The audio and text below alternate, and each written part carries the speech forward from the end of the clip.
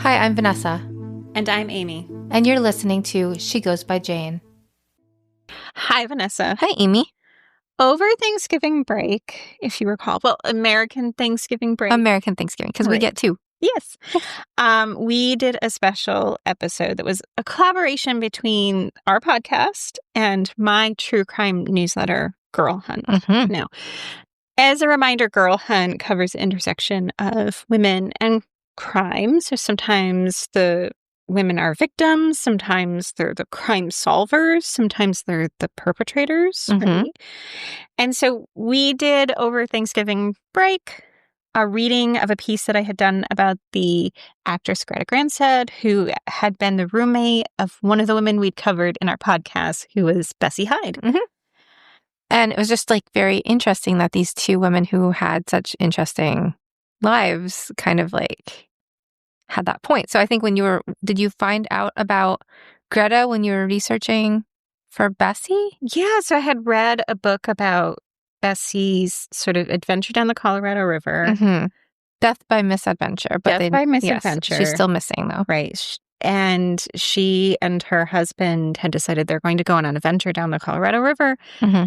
And there's a really good book about it. We'll put it in the show description. But, Okay. In that, the author mentions that she roomed with the person who would become Greta Granstead, the actress. And so I was like, what's Greta's story? And she has this whole, she was this little 1920s criminal. She shot her boyfriend. Yeah. Yeah, because she thought he was going to break up. It was as a kid, though. She's a kid when she shoots her boyfriend. Yes, who's also a teenager. Yeah. Yeah. So 14, really young teenager. Right. So, I mean, that's kind of it is a space, GIRLHUNT, to kind of explore some of these side stories that just don't really fit in. But Vanessa and I were talking about, sometimes what happens near the holidays is that, people get distracted during the holiday season. They're they are listening to podcasts and doing their regular thing, but we want, when we talk about our missing women, to kind of make sure that people are actively present kind of for those stories, right? So occasionally, Vanessa and I said we would bring you stories from GIRLHUNT. Yeah, I think it's also just the GIRLHUNT ones aren't usually as heavy of a story. That's not the case for today. I mean, it is a heavy story, but some of what we talk about is not exactly holiday spirit stuff. Right. Yeah. So, we talked about doing kind of these episodes. So we're just bringing you 2 mini episodes, right? So you're going to have to listen to episode 1. Episode 2 will be out next week. We're talking about a crime that happened. Yeah.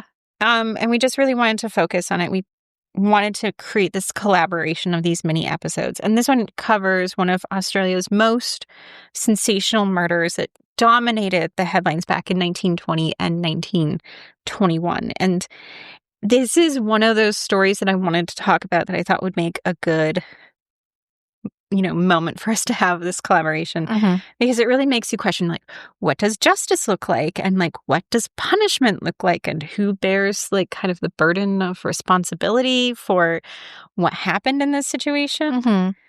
So our principal names in this story that you're going to have to keep track of there's Dorothy Mort. That is her name. Yes. She's a mother of 2, and she has this doctor, her own personal physician, who's Dr. Claude Tozier. And we're going to talk about what transpired between them now over 100 years ago during one December day. Are you ready? I'm ready. The first time reporters saw her, the 35-year-old woman was seated in a rocking chair, a book in the shadows open on her lap, her fingers flicking at its pages. As the men talked around her, she leaned back, her head resting against the chair's curved spine, her eyes fluttering open and closed, as though she no longer had the strength to stay awake. She looked deathly pale, one reporter later wrote that day in the Sunday evening newspaper. Moments later, the men were gone, leaving her alone in the hospital ward. This frail, dazed woman, drawn and exhausted, was the central suspect in one of Australia's most sensational murder cases, a crime that would fill column after column in newspapers across the nation for months to come. It's been over 100 years since Dorothy Mort committed the act that would become known as the Linfield tragedy, a murder that stunned her community. Even now, looking at her mugshot, the image of a quiet middle-class mother of two from Sydney's North Shore, you might not guess she'd been accused of gunning down her physician, Dr. Claude Tozier, in her home. Okay, and then if somebody, so I don't want to interrupt you, but like if somebody was curious about like Dorothy and everything like that, you have pictures of them up on your Girl Hunt newsletter. Yeah. So can you just let everybody know how to get to that so that Right. if they want to actually like see what we're talking about? Yeah, so it's girlhuntmedia.com, and the images themselves come from this collection from the, like, basically the Sydney police had this vast collection of really interesting mugshots that I've become absolutely obsessed Right. with. That's the part about it. It's like the main picture I'm looking at right now of Dorothy is a mugshot from 1921. Yeah. So it's just kind of funny to see like that, you know? I don't know. Yeah. I mean, I because love mugshots. you're so. a photographer. Yeah. And what's interesting to me about these New South Wales mugshots is how they're almost also, or they actually are. They are art pieces. They as are well. very much a portrait. Mm-hmm. Yeah. Yeah. So very well done. Yeah. Yeah. They're fascinating to me. So if you are also interested in mugshots, I've started a series on talking about mugshots. Oh, did you? Okay. Yes. So, Vanessa, you're looking at her mugshot kind of as we're talking, and I would say Dorothy, to me, does not seem like a likely criminal, right? Like, she looks like, you know, kind of what you would picture like a 1920s housewife to look like, right? Yeah. Maybe a school teacher or a secretary or something like that. I don't know. Yeah, like she's nicely dressed. Yeah. Her mugshots. Just one thing about Dorothy, you know, Her hair is done. Her hair is done. She looks incredibly sad in her mugshot. She looks very sad and she looks very worn out. Yeah. She looks tired. She This lady's tired. Right. Okay. Okay. Now, a little bit about Dorothy. Mm-hmm.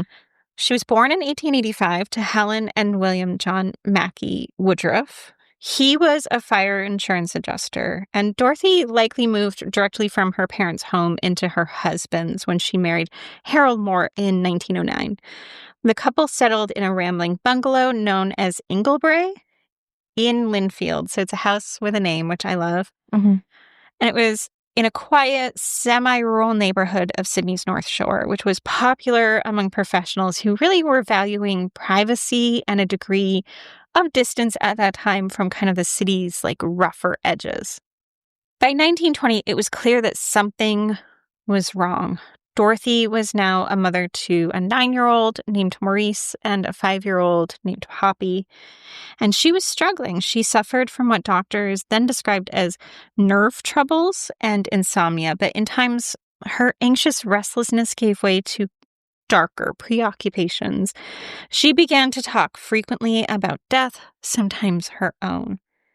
Harold, her husband, sort of grew increasingly fearful that he would come home one day and find his wife dead. So he hired a young woman named Florence Fizel. I'm going to assume that's how I say her last name. I think it looks, yeah. And she was there to like manage the household for Dorothy and Harold. But Florence's real job was to keep an eye on Dorothy. As Dorothy's condition worsened, Harold sought out a new physician for her, someone who had the kind of presence and modern sensibility that he hoped would bring her back to herself. So he wanted like a fresh new face in the world of doctoring. And that man that he picked is Dr. Claude Tozier. Claude is tall, athletic, and well-connected. He was a decorated military veteran and a rising star in Sydney society. He had studied medicine, he played cricket for New South Wales, and he had returned from the Great War, kind of a minor celebrity in the neighborhood. So he was somebody that Harold definitely felt like confident that he'd like be able to help his wife. Yeah, so like at this time, like there's this increasing divide between like old school doctors and doctors who kind of would understand, quote, modern medicine. Mm-hmm. Right? He thought like Claude would be that guy. Okay. Right? Over the next several months, Tozier became a regular visitor to the Mort house. And it was from this position, who was like a doctor, a confidant, perhaps more, which we'll get into, that he would eventually meet his end. On December 21st, Harold called Dr. Claude Tozier and asked him to come visit his wife the following morning. Dorothy, he feared, was slipping further into kind of a dangerous state. Her health had been fragile all month. December 9th had marked the 1-year anniversary of her father's death by suicide. He had actually jumped down an elevator shaft in New Zealand. As Claude looked over at his wife, who was drawn and fitful in her bed, where she laid for the previous 4 days, he worried he might come home and find history repeating itself. So depression definitely runs in this family then. Definitely. Yeah. And that's a huge event. Like, poor Dorothy. Mm-hmm. Like, that's awful.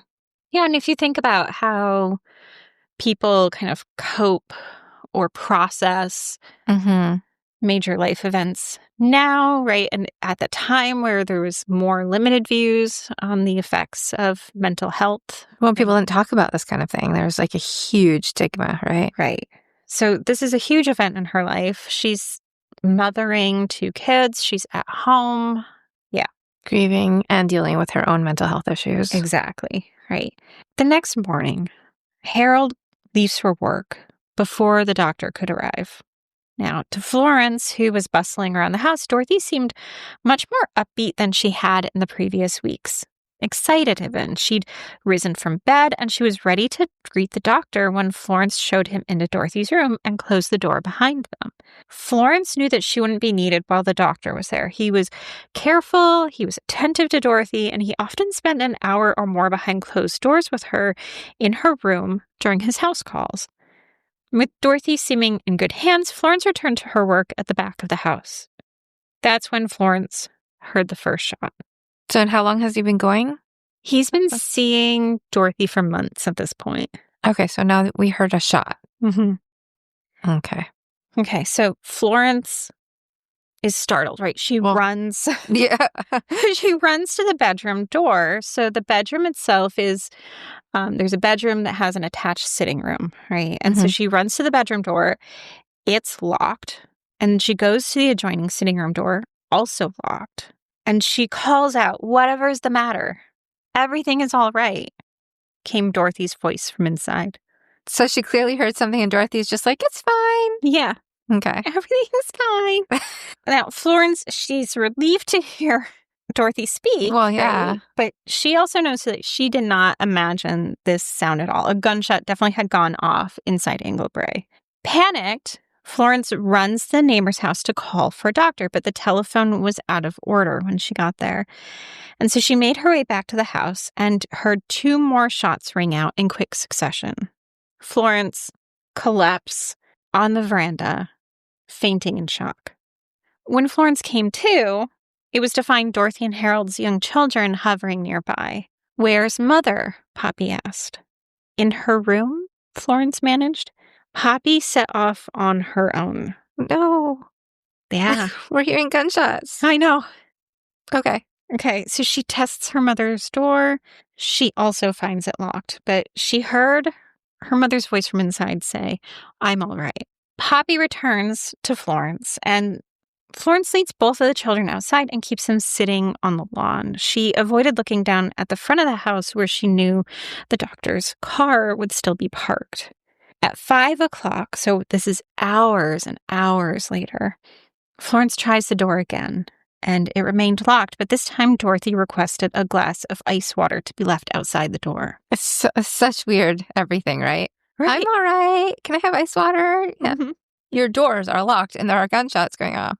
Right, and the doctor's not coming back out. exactly. Oh. Okay, so did she get her water? Yeah. So she Florence was just like, "Here's some water." right. So she goes and she leaves the water outside, and the water like disappears, right? Like That's so funny. Yeah. I mean, it's not funny, but it's like imagining weird. Yeah. this It's like process. strange. Yeah, strange thing to think about. Right. Now, 2 hours later, so we're at 7 p.m., the children are put to bed, and Florence returns and knocks once again. Again, Dorothy asks for water. Now, Florence this time is prepared. So this time she waits out of sight, like just beyond the door, and when it cracks open, she pushes her way in. Dorothy is inside, and she's in her nightgown, and she is pacing the room, muttering to herself. Startled, Florence tries to coax her into bed, but Dorothy fought back and was thrashing against her. "No one will see me," Dorothy shouted as Florence tried to draw the blankets over her in bed. Now, not long after, a neighbor, Mr. Smelly, that's his name. Right. Yep. That's just That's just his name. It's just unfortunate. I'm assuming that's how you pronounce it. It has to be, right? He Unless it's Smelly. Australians who listen to us, please correct us. So he doesn't speak to Dorothy, and he doesn't have to. And he later said that the general condition of the affair was plain enough when he entered the room, and so he rings for the police. By the time the constable arrived, Dorothy was unconscious, and the two men enter into the drawing room, which is attached to the bedroom. There, seated on a small couch, was Dr. Claude Tozier, and blood seeped from his nose, and there was no question about it. Claude Tozier was dead. Arriving shortly after, a doctor found Dorothy in bed and, like any trained medical professional, detected the scent of blood emanating from her body. Examining her, he found a gunshot wound to her left breast. Dorothy didn't seem to notice the wound, leading the doctor to believe that she might be under the influence of some sort of drug. And indeed, the presence of an empty laudanum bottle the constables found in the drawing room supported this conclusion.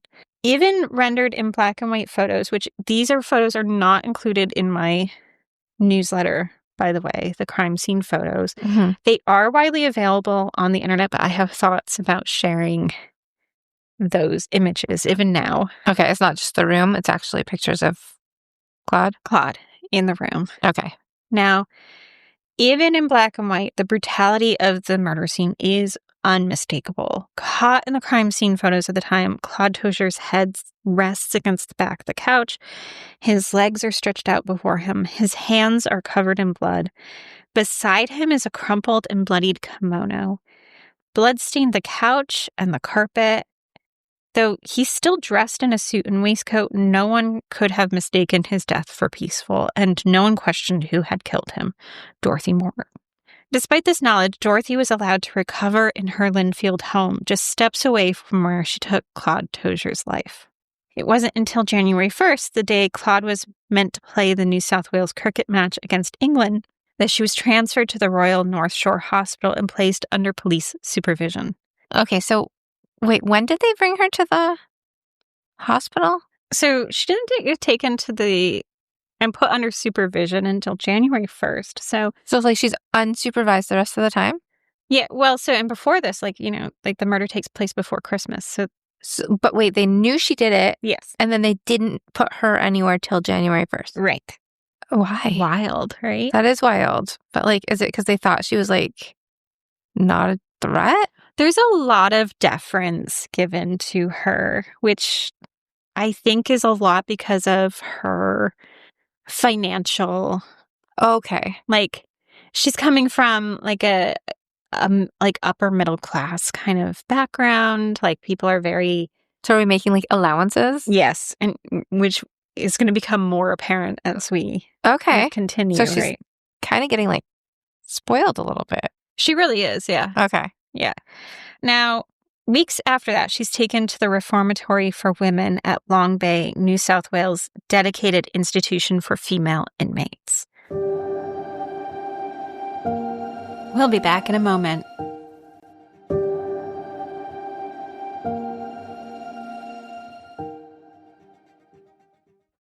Okay, so they just keep taking her to hospitals then? Yeah, because she has shot herself in the chest. Okay. So she is recovering. And in these places, she's the only patient there. So there's a lot of privacy for her. Okay. For weeks, officials from the court kept on arriving at the reformatory's hospital ward to assess whether Dorothy was fit to appear before an inquest in Dr. Claude Tozer's murder. They often found her reclining in a chair with a book in hand, or on days when her condition had worsened, lying in bed, pale and silent. Each visit ended with the same, a delay. And with each delay, the Sydney public grew more desperate for answers. What had driven this kind of respectable North Shore woman to kill her doctor? Mm-hmm. It wasn't until March 14th, nearly 3 months after the murder, that the public finally got glimpses of the details during the coroner's inquest. Hundreds packed the courtroom, many of them women eager to catch a glimpse of the now notorious Dorothy Mort. Dorothy Mort, Detective Inspector Ramsey began, as the courtroom stilled. You are charged with the murder of Dr. Claude Tozier. At the sound of her name, Dorothy let out a sharp gasp and collapsed, her head lolling over the side of her chair. As she was revived, Inspector Ramsey continued reading the charge. Before he could finish, she fainted again. So she just keeps fainting while they're trying to, address her. Yeah. So she's just been, living in this reformatory for 3 months. Mm-hmm. Okay. Yeah, but now that she's... What did she think was going to happen? Out in public, she just keeps fainting. Okay. Though it's now formally kind of acknowledged that Dorothy would face charges, the coroner's inquest served as an opportunity for the evidence to be publicly presented and for there to affirm whether or not there's enough evidence to back up this claim, right? And there's plenty. A steady stream of witnesses took the stand throughout the day, each offering another layer to the now notorious case. The first witness was Constable Alfred Marsden. He was the reporting officer on the night of the murder. So he's one of the first to enter the scene. He described finding Claude's body in the drawing room and Dorothy wounded but alive in her bed. But it was what he said next that transformed the case from a tragic crime into a story of obsession, of forbidden love, and scandal, and one that would travel well beyond the borders of New South Wales. Marsden revealed that among the belongings at the scene, he had found a cache of letters exchanged between Dorothy and Claude. These letters made it clear that their relationship had extended far beyond the doctor and patient kind. Reading them aloud to a riveted courtroom, Marsden quoted one in particular, a letter from Claude to Dorothy, that casts the entire case in a new light. Now I'm going to read this letter. Okay. This is, again, from Claude to Dorothy. Okay. You know, or you should know by now, that I am never happier than when you are near me. Even the sight of you seems to comfort me, which is all very well at the present, but that platonic kind of existence cannot go on forever. I never had believed it, as sure as the sun rises and sets.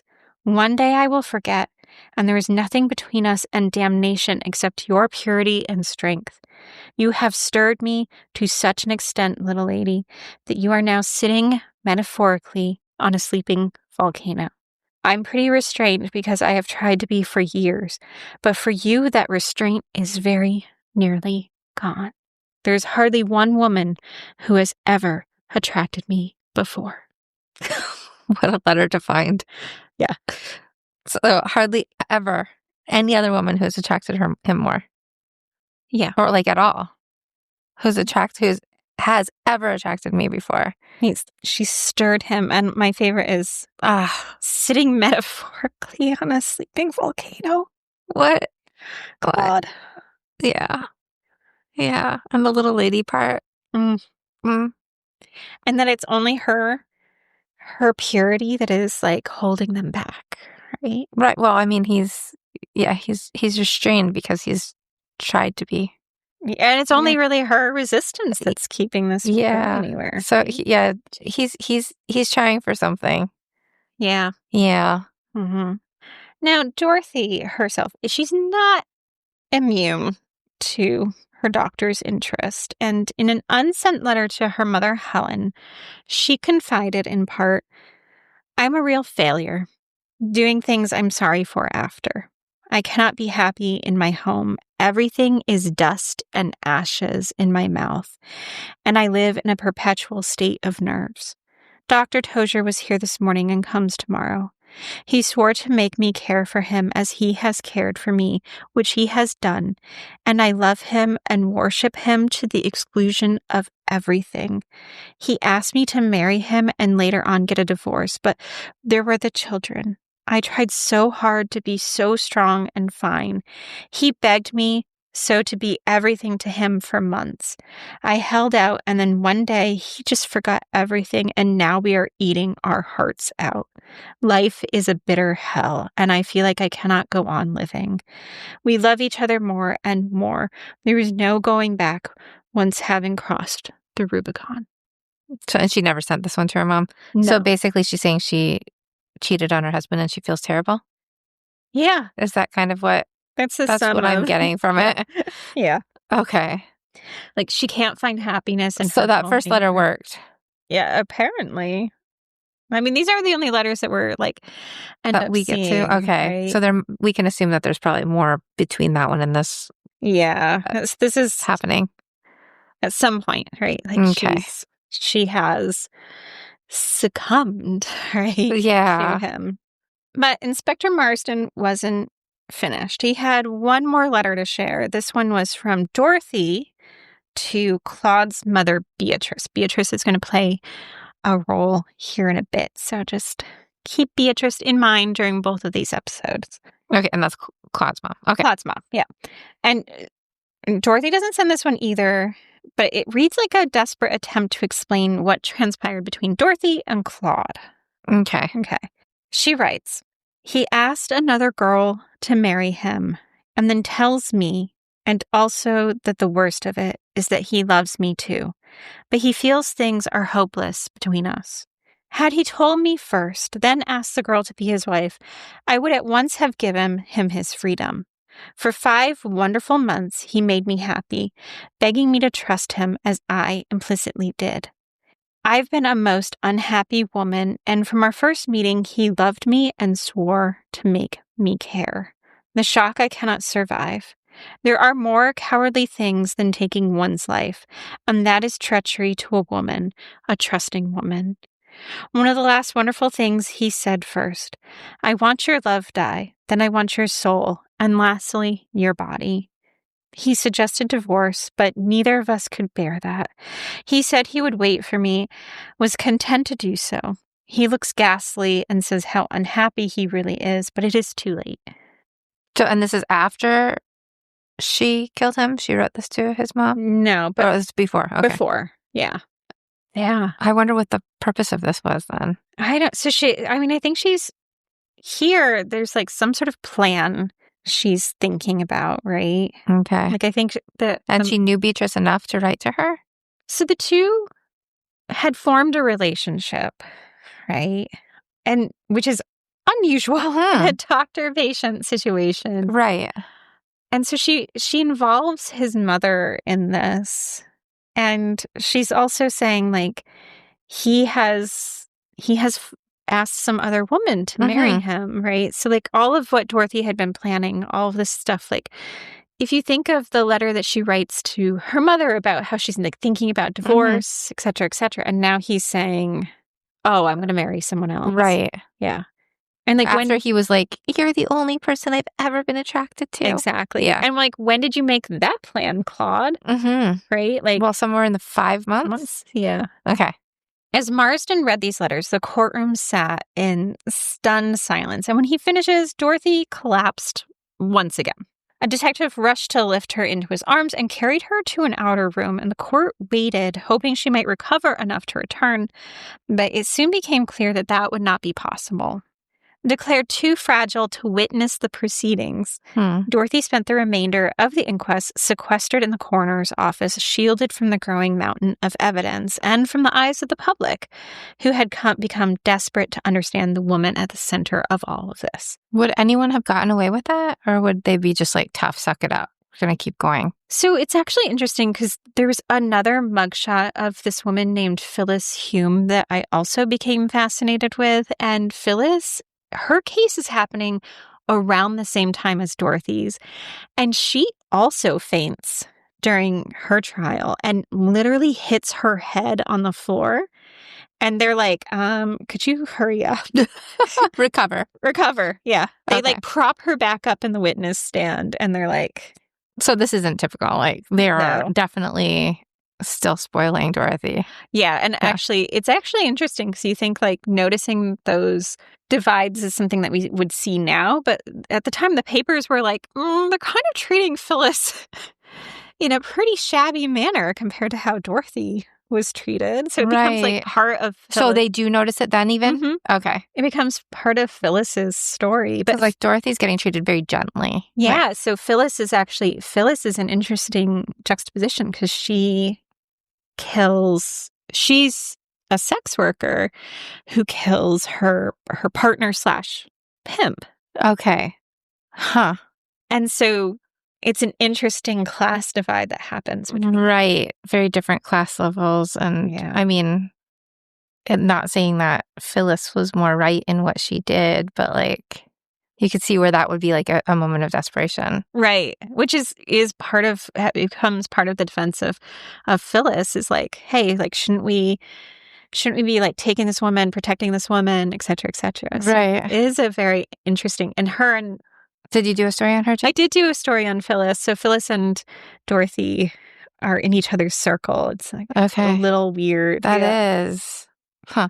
So she's not there in the courtroom when they call their next witnesses. So they bring in the gunsmith who testifies that she purchased a gun from him on December 15th. And she told him it was a gift for her husband. Okay. They also brought in the pawnbroker who testified that he purchased a brooch from her and she used that money to purchase the gun. So they're putting together this whole, like, the way it went down. They also bring in a chemist who related how she'd bought the laudanum from him and she claimed it was for her son's earache. And he actually remembered her because he had warned her about the drug's dangers, like, don't take too much, et cetera, et cetera. Mm-hmm. It also meant that she wasn't there for Florence Fiesel's testimony. And so Florence tells the whole story of what she happened that day. So that's how I was able to tell you, like, what happened with Florence running off, trying to find help, etc. Mm-hmm.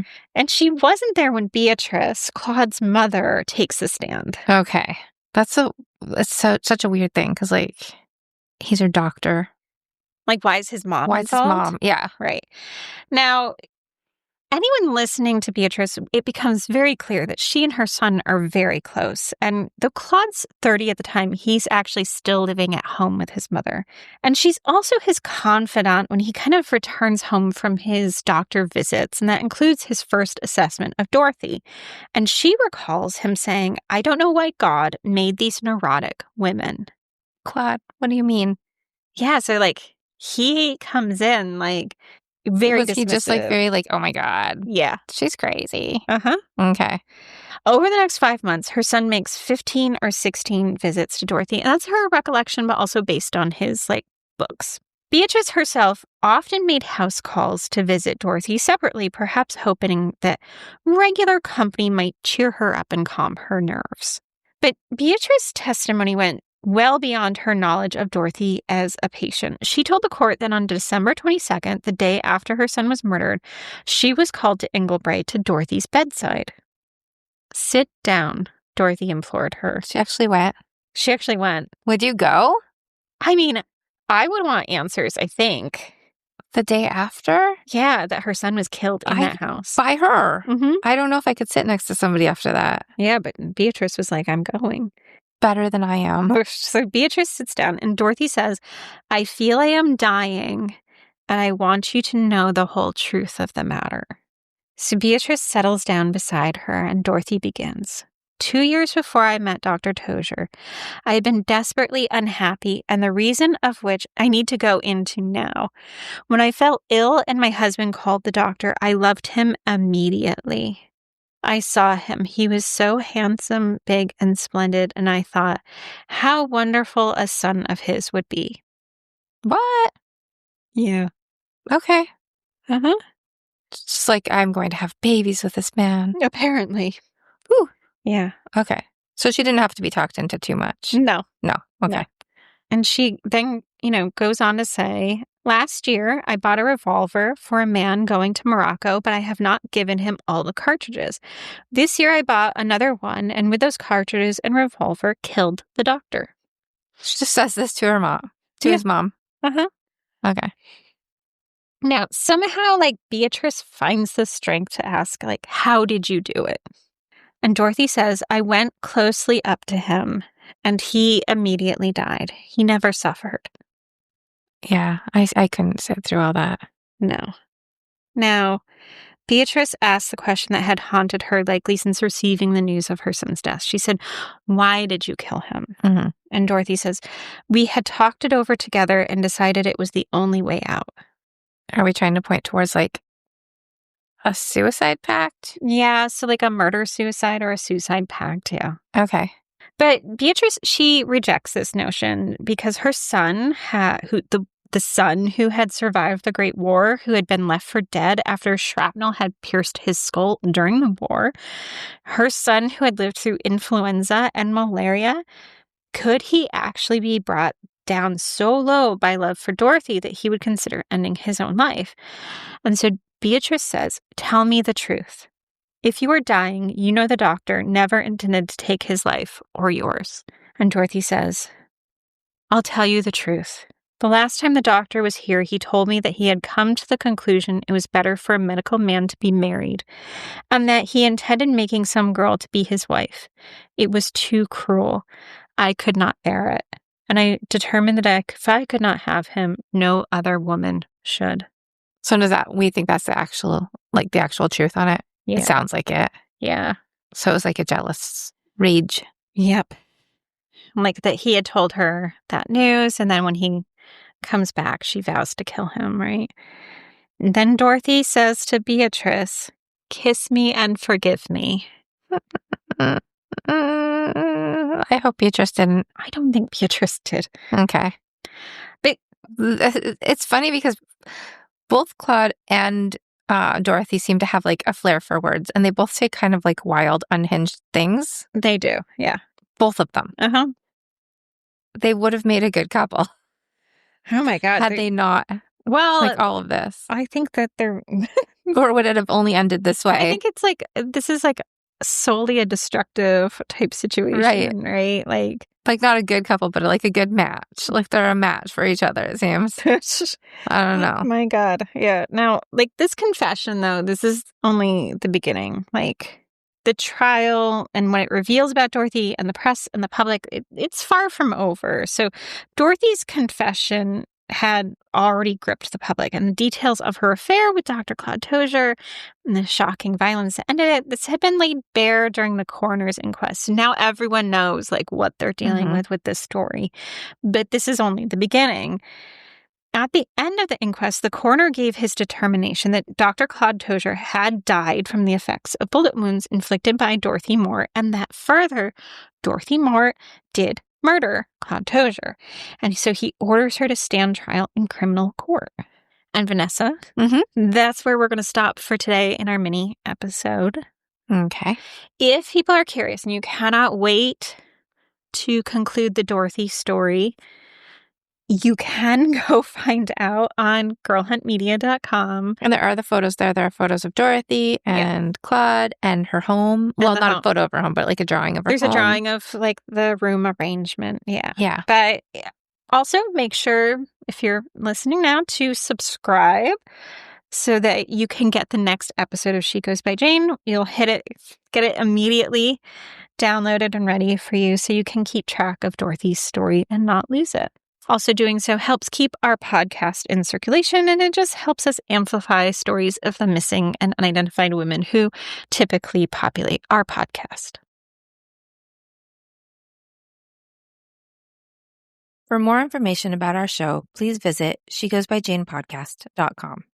Bye, Vanessa. Bye, Amy.